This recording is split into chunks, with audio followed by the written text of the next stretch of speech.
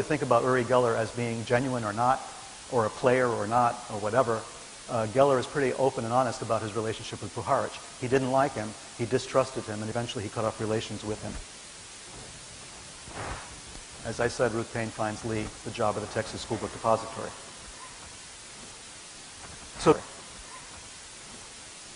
So then in New Orleans, after the assassination, Garrison remembers David Ferry, Jack Martin, all these guys, Guy Bannister. He conducts his own investigation.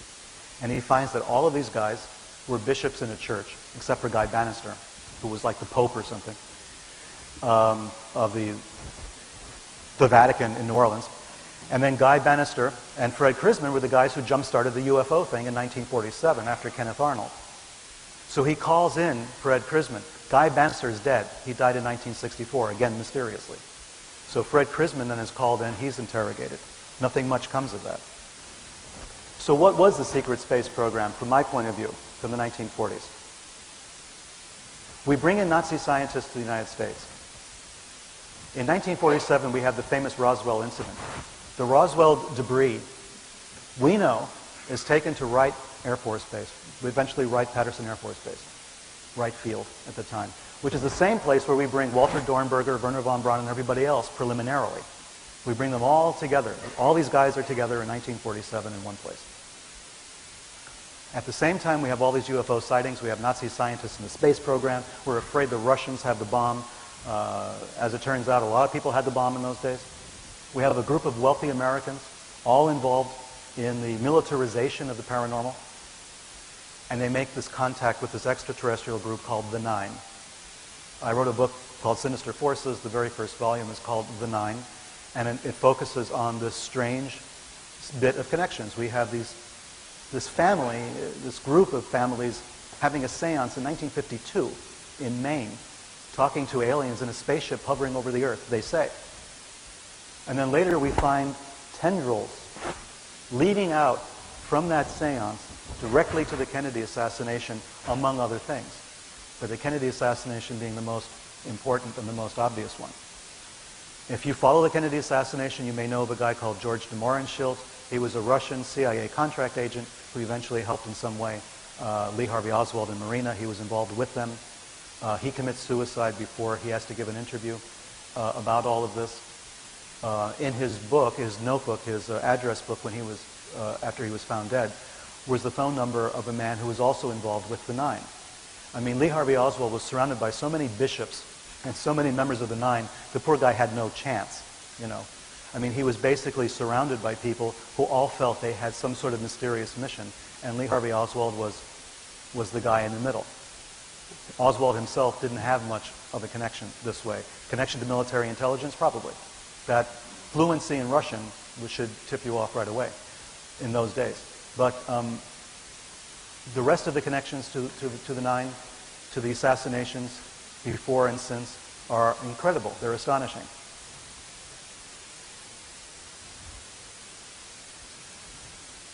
We know the CIA was blamed for the Kennedy assassination. We've all heard the stories.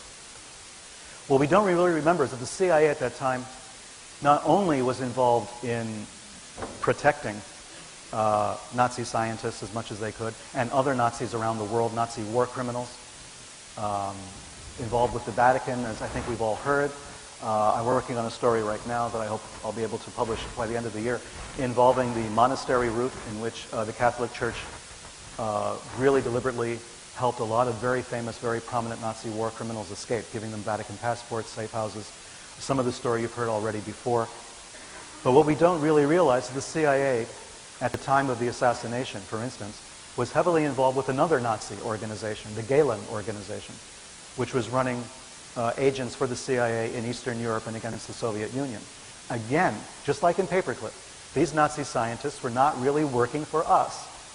They were taking our money, they were giving us phony reports. They were virtually useless against the Soviet Union. As it turns out, years later, as we find out, when all the chips are in, when all the information is there, we find out they've been sabotaging us as well. Allen Dulles was protecting Nazi war criminals since before the war ended. We know that in transcripts of speeches and talks that he had with famous Nazi leaders going back to 1944 and 1945. And the fascinating thing about Allen Dulles bringing all of these pieces of these disparate things together, was that he was Mary Bancroft's mistress. Okay, Mary Bancroft was the friend of Ruth Forbes Payne Young. During the Warren Commission interviews with witnesses, and you can read this in the Warren Commission transcripts, look for Ruth Payne. Read her. She appeared twice before the commission, talking about what she was doing in the days and weeks and months leading up to the assassination, how she knew Lee and Marina Oswald, all of these questions. Alan Dulles is part of that committee. He's sitting in. At the point where Ruth Payne starts to talk about her trip to Philadelphia to meet Arthur Young 2 months before the assassination, 3 months before the assassination, Alan Dulles cuts her off and changes the subject. He does not allow her to finish the story. Read the transcript for yourself, you'll see it. It's blatant.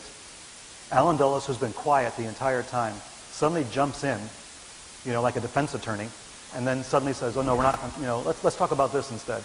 As she's about to say who she met, who she was dealing with, Alan Dulles changes the subject, changes the story. Her information about Arthur Young never makes it into the record, and she hasn't talked about it since. What was going on? Alan Dulles knew Mary Bancroft. Mary Bancroft was Ruth Forbes Payne Young's best friend. There was a very deep connection there. Alan Dulles knew ahead of time, he had to, about Lee Oswald, Ruth Payne, Marina Oswald, and all of this. And he was desperate to cover up that part and make sure it never made it into the record of the Warren Commission. So we have a lot of wild stuff going on, including the fact that Ruth Payne's husband, Michael Payne, was working for Bell Aerospace.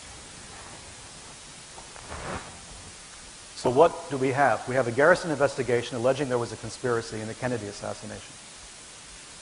The problem with Garrison trying to prove all of this is that he had a cast of characters nobody would believe, right? He had Clay Shaw, who was an unbelievable character on his own, the man that he was trying for the assassination. But he also had all these other characters. He had all these bishops, He didn't know what to do with these bishops. He couldn't understand that the bishops were a front for an intelligence operation. He suspected it, but he didn't know where to go with it. Paranormal researchers, UFO personalities like Guy Bannister, like Fred Krisman, and of course employees of NASA.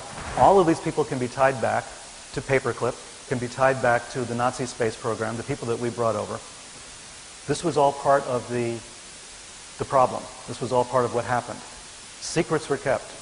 There are still classified documents on the Kennedy assassination. We know that. Thousands of documents have yet to be declassified. Thousands of documents on World War II. Thousands of documents on the Admiral Byrd expedition to Antarctica. Right. We've classified so much in the United States alone. Now think of your own countries. I did a lot of work in Latin America. People who know that I was in Chile in 1979 researching the Nazi influence down there and trying to find out information about Nazi technology that had been smuggled to South America. Under military dictatorships in Latin America, of course, there was no information. Secrecy was the order of the day. Documents were classified, shredded, burned. Things went on for 20, 30 years in Latin America, we'll never know. And yet, many of our Nazis wound up there, in Argentina, in Chile, in Bolivia, Uruguay, Brazil, Colombia, Ecuador, Peru, everywhere. There were Nazis in hiding, all of these places. They were scientists, they were SS officers, they brought technology, they brought money, vast sums of money under Otto Skorzeny. All of this was being brought and developed into programs. Perón used to brag about his own space program, developing a new jet system, a new, a faster than speed of light kind of thing that he was talking about and bragging about, because he knew he had Nazi scientists there working for him. The author Joseph Farrell, very good researcher, has written about the Bell, has written about alternative sources of energy that were being developed by Nazi scientists in South America, in Bariloche, very close to where I was detained in Chile on the other side of that border. So there's a lot of secrecy yet. We know history, only the declassified portions of history. The world that we know is based upon what we've been told. We can read books about history and feel that we know what's going on. But I can tell you, the history of the last 100 years is largely still classified. We live in a kind of dream world, thinking that we know what actually happened. Right now, there's information that the Japanese had detonated an atomic device in August of 1945 off the coast of Korea. And there are Japanese intelligence officers who've come forward with this story and who are insisting that it took place. If that's true, we have to rewrite the end of World War II, right? Then we have to go back and say, wait a minute, what really happened? If we talk about paperclip, the way I was taught in school in the 1950s and 60s was that the Nazis were these were good Germans. Werner von Braun was never a Nazi. Dornberger was never a Nazi. All these guys were on our side. As it turns out, it wasn't true. As it turns out, they were sabotaging us every step of the way. Our space program was the result of Nazis trying to stonewall us and to prevent us from getting there, until eventually, after Sputnik, they were told, you better do it or get out. So that's what happened. We sold our soul in the United States, and not just the United States, believe me, other countries as well, including the Soviet Union. We sold our soul for this technology. We dealt with some of the worst war criminals in history. Not just even the Holocaust, but the idea that they had slave labor that they worked to death and replaced with other slave laborers. And these people who employed these slave laborers deliberately, who were involved in every step of that process, including the killing of these laborers also, were the people that we brought over for the space program. Our space program has its origins in people, on the one hand, like Jack Parsons, who once wrote that he was the Antichrist. He was a brilliant man, but he believed he was the Antichrist and was ushering in a new age of witchcraft, according to him. And he was a follower of Crowley and member of the Ordo Templi Orientis and all of this. A very brilliant guy, but a very strange guy, on the one hand, and we had the Nazis on the other. You know, these were the people that were jump-starting the space program of the United States, starting in 1936 and going up until the moon launch. So we have to go back and relook at this history and ask ourselves why. Why was it so necessary? Why was the space program militarily necessary? Why did they work for the Army? Why did they sabotage the process as much as they could? Why did the Army allow Nazi scientists to wander off the base and do whatever they wanted to do, communicate with whomever they wanted to? Fort Bliss, Texas is on the border of Texas and Mexico. That region in the 1940s was like Vienna during the Cold War. It was a place where spies hung out with spies. It was rife with all sorts of intelligence activity. All sorts of things were going on in that border area. All the way from the California-Mexico border all the way through Texas, all the way to Brownsville. There was a lot of cross-border traffic. A lot of very strange individuals crossed that border. A lot of military people, a lot of intelligence people.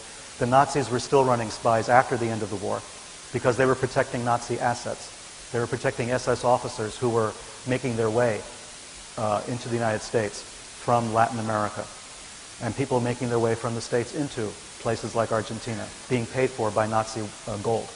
So we have to reevaluate the history of the world since 1945. We have to go back and look at it again. If we want to know what happened, what's going on with the space program, and about breakaway civilizations, about motivations to create a space program for the rich and the powerful. We have to go back to this period of time. We have to understand why it was that we could deal with the Nazis so easily. Why it was we thought that was the best thing that we could do. Why we gave them carte blanche, allowed them to do whatever they wanted to do. Why we bent over backwards for these guys. Murderers. Some of them wound up in positions of tremendous influence in South America. Klaus Barbie became head of the secret police in Bolivia, an official government position. At the same time, he's running drugs, guns, and assassinating communist leaders, socialist leaders, or anybody he particularly didn't like, not only in South America, but in Europe.